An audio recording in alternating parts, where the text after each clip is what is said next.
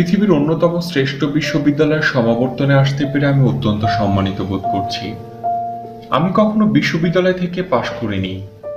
সত্যি কথা বলতে, আজই আমি কোনো বিশ্ববিদ্যালয়ের সমাবর্তন অনুষ্ঠান খুব কাছ থেকে দেখছি। আজ আমি তোমাদেরকে আমার জীবনের 3টি গল্প বলবো, শুধু 3টি গল্প। প্রথম গল্পটি কিছু বিচ্ছিন্ন ঘটনা এক সুতোয় বাঁধা নিয়ে। রিড বিশ্ববিদ্যালয়ে ভর্তি হবার 6 মাসের মাথায় আমি পড়ালেখা ছেড়ে দেই। কেন আমি বিশ্ববিদ্যালয় ছেড়ে দিয়েছিলাম? ঘটনার শুরু আমার জন্মেরও আগে থেকে। আমার আসল মা ছিলেন বিশ্ববিদ্যালয়ের একজন অবিবাহিতা তরুণী।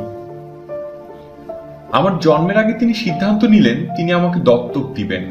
মা খুব চাচ্ছিলেন আমাকে যারা দত্তক নিবেন তাদের যেন বিশ্ববিদ্যালয়ের ডিগ্রি থাকে। কোন এক আইনজীবী এবং তার স্ত্রী আমাকে দত্তক নেওয়ার জন্য রাজি হলো। কিন্তু আমার জন্মের পর তাদের মনে হলো তারা আসলে একটি কন্যা শিশু চাচ্ছিলেন। অতএব আমার বর্তমান বাবা মা, যারা অপেক্ষমান তালিকায় ছিলেন, গভীর রাতে একটা ফোন পেলেন। আমাদের একটা অপ্রত্যাশিত ছেলে শিশু আছে, আপনারা কি ওকে নিতে চান? তারা অত্যন্ত দ্রুত সম্মতি জ্ঞাপন করলো। আমার আসল মা পরে জানতে পেরেছিলেন যে আমার নতুন মা কখনো বিশ্ববিদ্যালয়ের আর নতুন বাবা কখনো হাই স্কুলের গণ্ডি পেরোননি।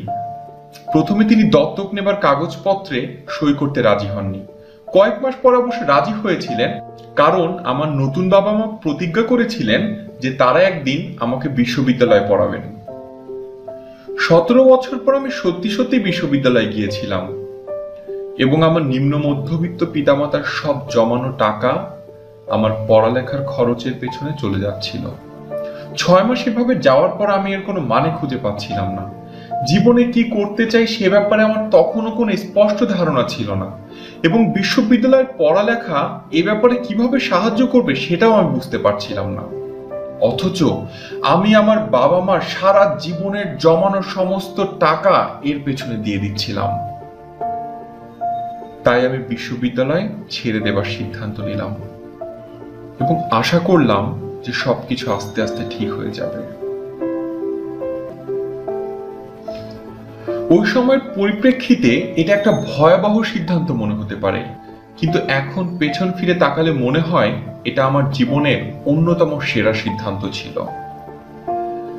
যেই মুহূর্তে আমি বিশ্ববিদ্যালয় ছেড়ে দিলাম, সেই মুহূর্ত থেকে আমি আমার অপছন্দের অথচ ডিগ্রির জন্য দরকারি কোর্সগুলো নেওয়া বন্ধ করে দিতে পারলাম এবং আমার পছন্দের কোর্সগুলো নেওয়ার সুযোগ তৈরি হয়ে গেল। অবশ্য ব্যাপারটি অতটা সুখকর ছিল না। ছাত্র হলে আমার কোনো রুম ছিল না, তাই আমি আমার বন্ধুদের রুমে ফ্লোরে ঘুমাতাম। ব্যবহৃত কোকের বোতল ফেরত দিয়ে প্রতিটি বোতলের জন্য আমি 5 সেন্ট করে পেতাম মাত্র, যেটা দিয়ে আমি আমার খাবার কিনতাম। প্রতি রবিবার আমি 7 মাইল হেঁটে শহরের অপর প্রান্তে অবস্থিত হরে কৃষ্ণ মন্দিরে যেতাম শুধুমাত্র একবেলা ভালো খাবার খাওয়ার জন্য। আমার কৌতূহল এবং ইনটুইশন অনুসরণ করে আমার জীবনে আমি যত কিছু করেছি, পরবর্তীতে সেটাই আমার কাছে মহামূল্যবান হিসেবে প্রতিফলিত হয়েছে। একটা উদাহরণ দেই। সেই সময় রিড কলেজে সম্ভবত দেশের সেরা ক্যালিগ্রাফি কোর্সগুলো করানো হতো। ক্যাম্পাসের প্রত্যেকটি পোস্টার, প্রতিটি লেবেল করা হতো হাতে করা ক্যালিগ্রাফি দিয়ে। যেহেতু আমি বিশ্ববিদ্যালয়ের ছাত্র ছিলাম না, তাই আমি যে কোনো কোর্স নিতে পারতাম। তাই ভাবলাম ক্যালিগ্রাফি কোর্স নিয়ে ক্যালিগ্রাফি শিখব। আমি শেরিফ এবং স্যান শেরিফ টাইপফেস শিখলাম। বিভিন্ন অক্ষরের মধ্যে স্পেস কমানো বাড়ানো শিখলাম। ভালো টাইপোগ্রাফি কিভাবে করতে হয় সেটা শিখলাম।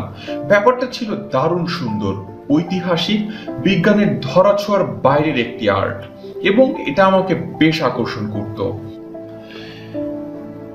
এই ক্যালিগ্রাফি জিনিসটা কখনো কোনো কাজে আসবে এটা আমি ভাবিনি, কিন্তু 10 বছর পর যখন আমরা আমাদের প্রথম ম্যাকিনটশ কম্পিউটার ডিজাইন করি, তখন এর পুরো ব্যাপারটি আমাদের কাজে লেগেছিল। ম্যাক কম্পিউটার টাইপোগ্রাফি সমৃদ্ধ প্রথম কম্পিউটার। আমি যদি 10 বছর আগে সেই ক্যালিগ্রাফি কোর্সটা না নিতাম, তাহলে ম্যাক কম্পিউটারে কখনো মাল্টিপল টাইপফেস এবং আনুপাতিক দূরত্বের ফন্ট থাকতো না। আর যেহেতু উইন্ডোজ ম্যাকরিফের নকল করেছে, বলা যায় কোনো কম্পিউটারেই এই ধরনের ফন্ট থাকতো না। আমি যদি বিশ্ববিদ্যালয় না ছাড়তাম, তাহলে আমি কখনোই এই ক্যালিগ্রাফি কোর্সে ভর্তি হতাম না এবং কম্পিউটারে হয়তো কখনো এত সুন্দর ফন্ট থাকতো না। অবশ্য বিশ্ববিদ্যালয়ে থাকা অবস্থায় এইসব বিচ্ছিন্ন ঘটনাগুলোকে এক সুতায় বাঁধা অসম্ভব ছিল, কিন্তু 10 বছর পর সবকিছু একেবারে পরিষ্কার বোঝা গিয়েছিল। তুমি কখনোই ভবিষ্যতের দিকে তাকে বিচ্ছিন্ন ঘটনাগুলোকে এক সুতায় বাঁধতে পারবে না, এটা শুধুমাত্র পেছনের দিকে তাকিয়ে সম্ভব। অতএব তোমাকে বিশ্বাস করতেই হবে বিচ্ছিন্ন ঘটনাগুলো ভবিষ্যতে কোনো না কোনো সময় ভালো পরিণামের দিকে যাবে। তোমাকে কিছু না কিছুর উপর বিশ্বাস করতেই হবে। তোমার মন, ভাগ্য, জীবন, কর্ম কিছু একটা।